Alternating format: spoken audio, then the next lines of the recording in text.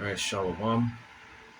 Call hello Yahweh Bashim Yahushai Bashim Kakadash. Double honors and respect to the elders and to the apostles of the great millstone. Peace and blessing to the Akim that are preaching and teaching this word with all truth and sincerity, and to the men, women, and children that are listening and learning, and unto the Bayath, the double dog, the elect house of David that is scattered abroad. I give you my utmost and sincere salutations.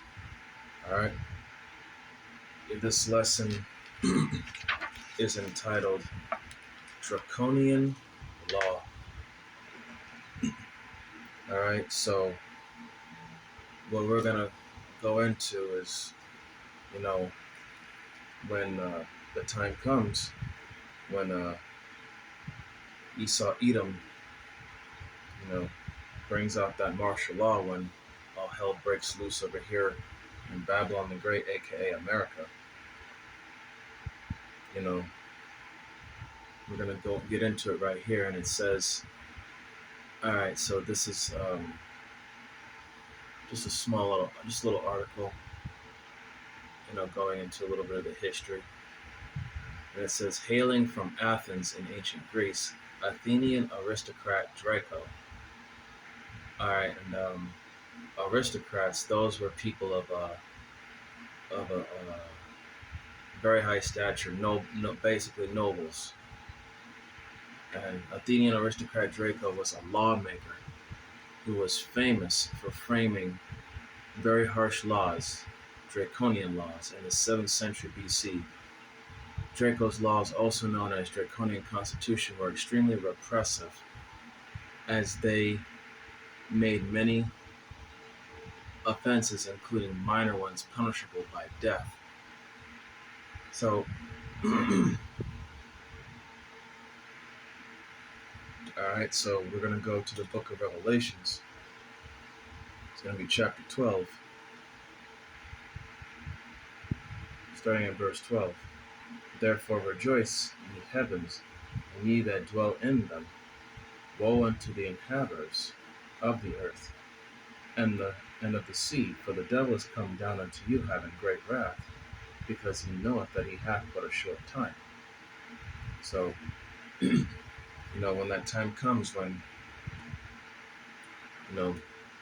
all hell breaks loose, civil war, race wars, and the such, as amongst other things, earthquakes in diverse places, famine, pestilence, the whole 9 yards, Esau's going to have to bring out that military to, enforce that order out of chaos. And, he's going to be they're going to be like madmen, sparing none. All right. Let me get the book of 2 Thessalonians.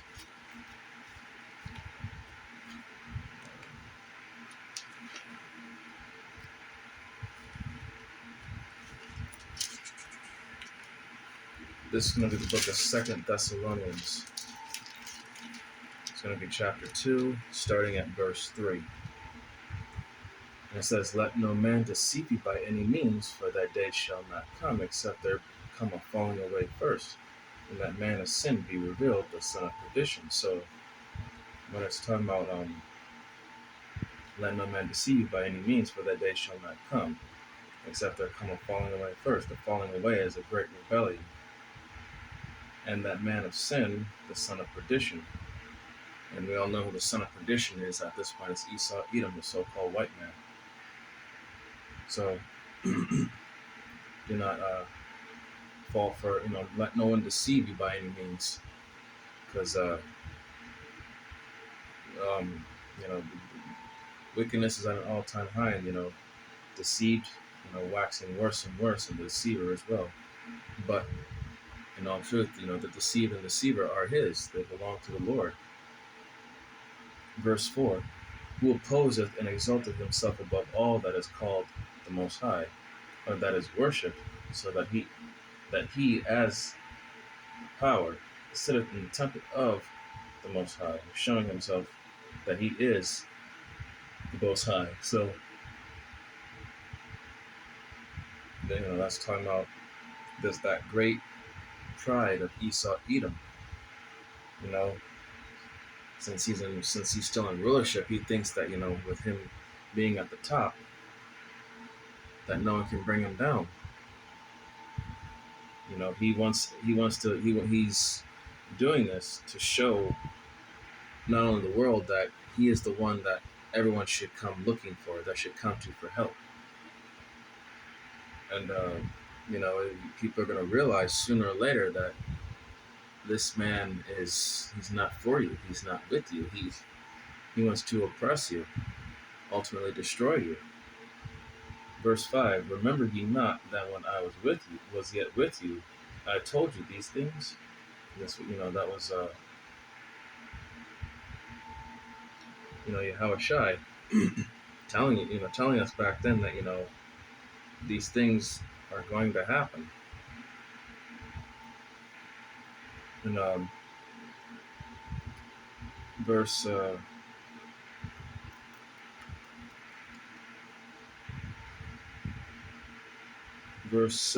6, and it says, and now ye know what withholdeth that he might be revealed in his time. The Lord is the one that's holding Esau back because it's not that time yet. Because remember, this is the Lord's story. We're living in Yahweh Shai's movie, so only He will let Esau loose when the time is right. Verse 7, for the mysteries of iniquity doth already work. Only he who now letteth will let, until he be taken out of the way. So the mysteries of iniquity are in secret, but through the will and power of Yahweh Shai, they won't be secret for much longer, because this devil is about to show his true horns. He's about to show who he really is. In verse 8, and then shall the wicked be revealed, whom the Lord shall consume with the spirit of his mouth, the prophets, and shall destroy with the brightness of his coming. That's talking about Yahweh Shai when he returns. All right, verse 9. Even him whose coming is after the working of Satan, Esau Edom, with all power and signs and lying wonders, his technology and all his other all his other devices that he's crafted, just so he. Verse 10, and with all deceivableness and unrighteousness in them that perish, because they receive not the love of the truth, that they might be saved. So these people would rather run to Esau Edom and rely on him and his ways and his technology, and yet being deceived that this man is just doing this to get you to gradually do things his way, to get into that routine to where you will never turn from him. Basically, he's psychologically training you, yet you don't even know it. All right, verse 11. It says, and for this cause the Most High shall send them strong delusion, that they should believe a lie. And that's talking about those who, would follow Esau Edom. So he gave them over to, send them strong delusions that they should believe a lie. So, the Lord is blocking their minds from getting the truth. I mean, ultimately, he doesn't want them. He's not dealing with them. All right, verse 12, that they all might be damned who believe not the truth, but have pleasure in unrighteousness. So, if you follow the ways of the world, you're a child of Satan, and if you're not with the Lord, you are his enemy.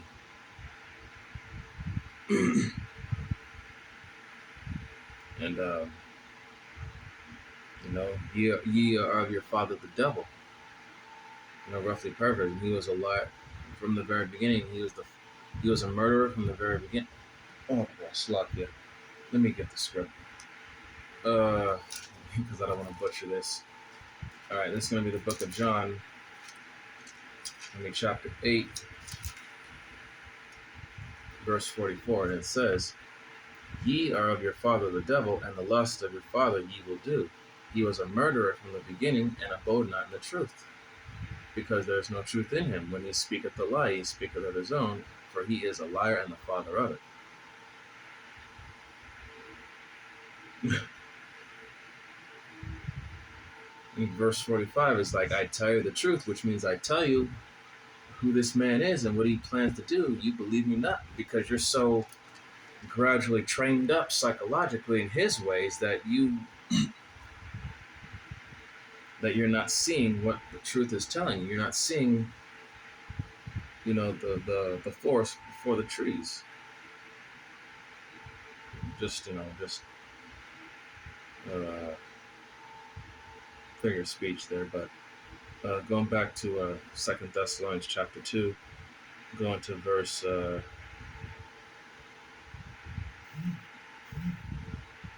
let's see. That was it on that one. So we're going to go to Isaiah.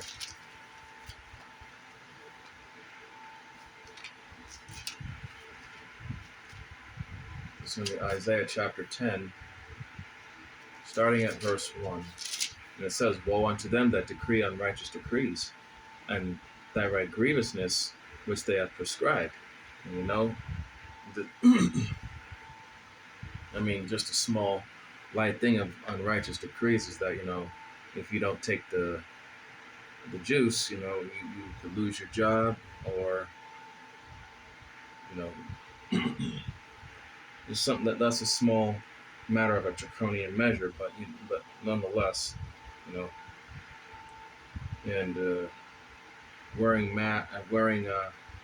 those masks on your face, and that mask, it goes back to the iron slavery bit that they used on slaves to keep them from talking, keep them quiet and obedient.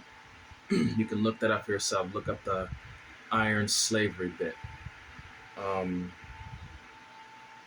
Yeah, so unrighteous decrees. There's going to be more and more of this, business, because of this pandemic. Businesses have shut down. They can't make money. It's it's unrighteous decree, and yet the Lord is ultimately using Esau, Edom's people against them to destroy it. And that right grievousness which they have prescribed. So yeah, these unrighteous decrees are grievous because they're unrighteous. There's no balance in them. There's no righteousness in them. It's all wicked, and it's all meant to persecute the poor meek. All right, go to 2 Corinthians.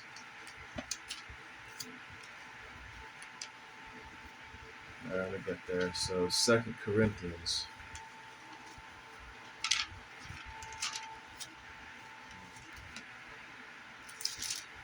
2 Corinthians chapter 2.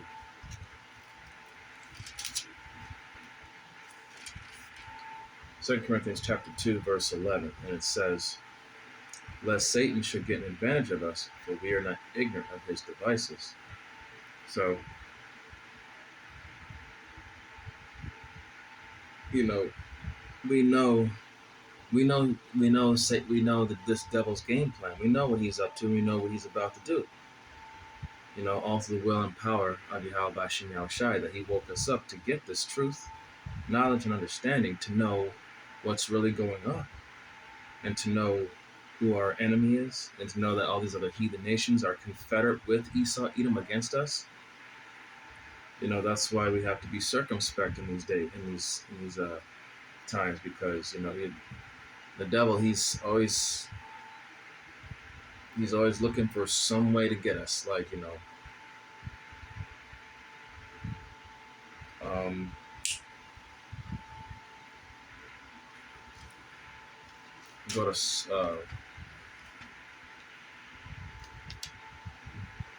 go to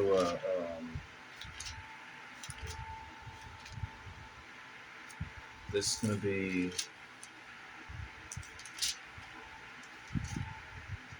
to be the book of Psalms. Psalms 109, verse 1. Hold not thy peace, O power of my praise, For the mouth of the wicked and the mouth of the deceitful are opened. They have spoken against me. They have spoken against me with a lying tongue. Verse 3, they compassed me about also with words of hatred and fought against me without cause. So the prophets who are out there in the highways and byways who are speaking this truth, this is what we deal with. We have people that look at us sideways, say horrible, nasty things about us that aren't true, always rebelling against the word. Some of them, some of them getting up into our face, just cuss us out. So you'll even have immature teens that'll just take pictures and then post it on their social media just so they could laugh at us or say we just talk more smack about it. That's just the ways of the people that are in this world. They're just a bunch of blind, ignorant beasts.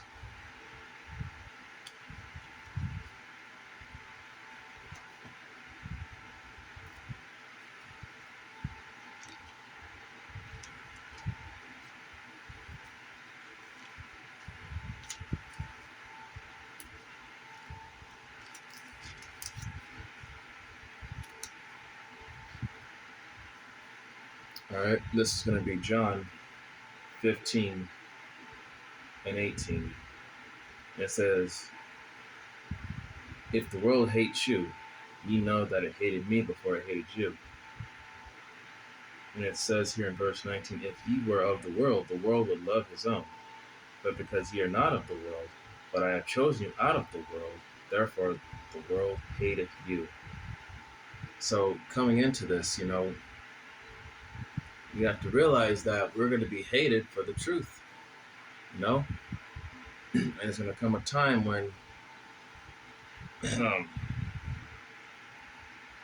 to come a time where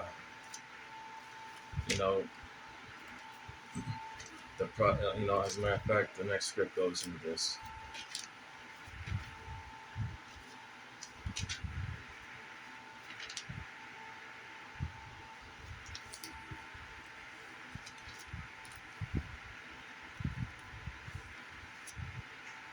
All right, this is going to be Mark. This is going to be the book of Mark, chapter 13, verse 9. But take heed to yourselves, for they shall deliver you up to councils, and in the synagogues ye shall be beaten, and ye shall be brought before rulers and kings for my sake, for a testimony against them. Dropping down to verse 11, but when they shall lead you and deliver you up, take no thought beforehand what ye shall speak, neither do ye premeditate, but whatsoever shall be given you in that hour, that speak ye, for it is not ye that speak, but the Holy Spirit. So, gonna come to a point where the prophets who have been keeping the law, statutes, and commandments to the best of their ability and preaching and teaching this word out there in the highways and byways, people are going to have us persecuted for what they call hate speech. We're going to be delivered up to their courts, their judges, the people in their systems, to be persecuted. And, this is our testimony against them. And that's when the Lord is going to, like I said, just don't worry about it. Do not premeditate. Don't worry about it, because the Lord is going to speak for us through the Holy Spirit. All right. Go to I'll close out here with this is going to be the book. Excuse me. It's going to be the book of 1 Peter, chapter 3. Oop.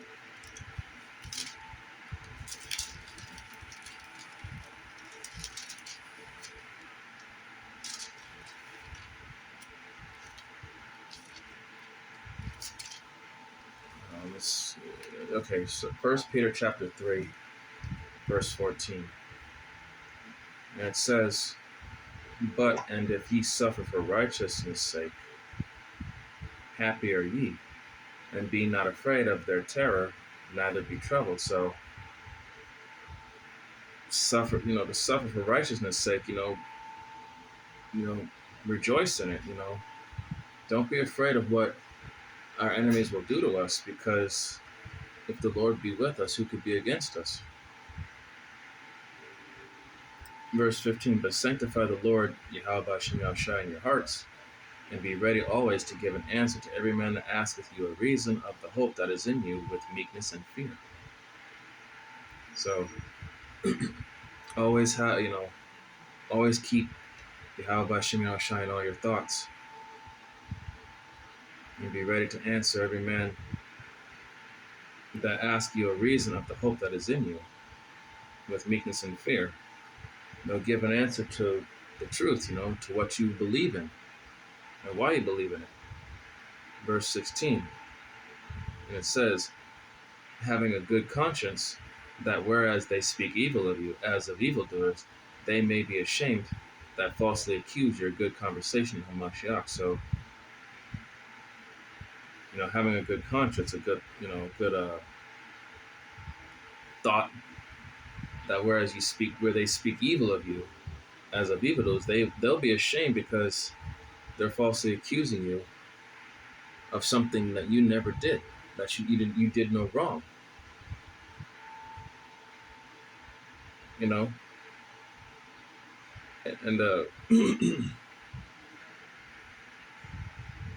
that's the thing, is like, you have to have patience and wisdom when it comes to dealing with these people. You can't let yourself fly off the hedges, fly off the deep end with these people. You gotta, keep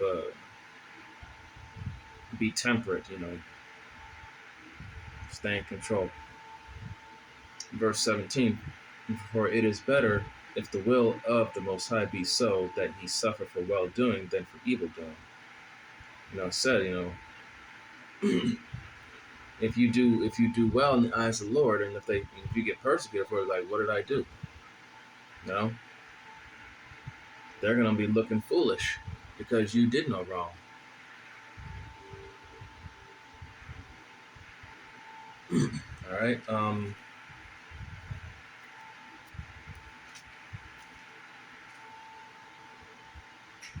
right. This is gonna be this is the last one. This is Revelation chapter 2, verse 10. "Fear none of those things which thou shalt suffer. Behold, the devil shall cast some of you into prison, that ye may be tried, and ye shall have tribulation 10 days. 10 days. That's just a. That doesn't symbolize that. That doesn't actually mean 10 days. It could be a number of days, but you have to be thou faithful unto death, and I will give thee eternal life. So no matter what hell that you go through in this tribulation, and even if you're cast into a prison or into a FEMA camp, just have faith, call upon the name, and pray. Pray that Yahweh Shai get you out of there. So I hope that this. Let me see something here. I know I got more on Draconian, but this was just a little small thing I want to bring out through the Spirit, because this is something that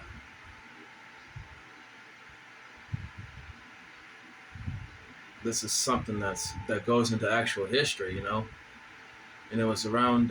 Let's see.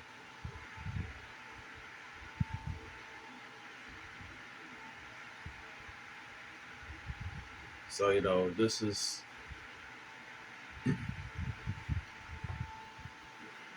So it says here, around the 7th century BC, Athenians, primarily the aristocrats, like I said, aristocrats, aristo meaning noble, crats go to the word praise meaning rule, so noble rule, chose Draco to enact written laws that would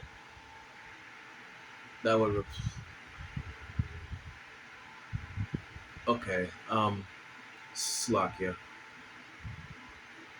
And a lot of these draconian laws they were written in blood, not ink. So, you got to remember this is where it's coming down to.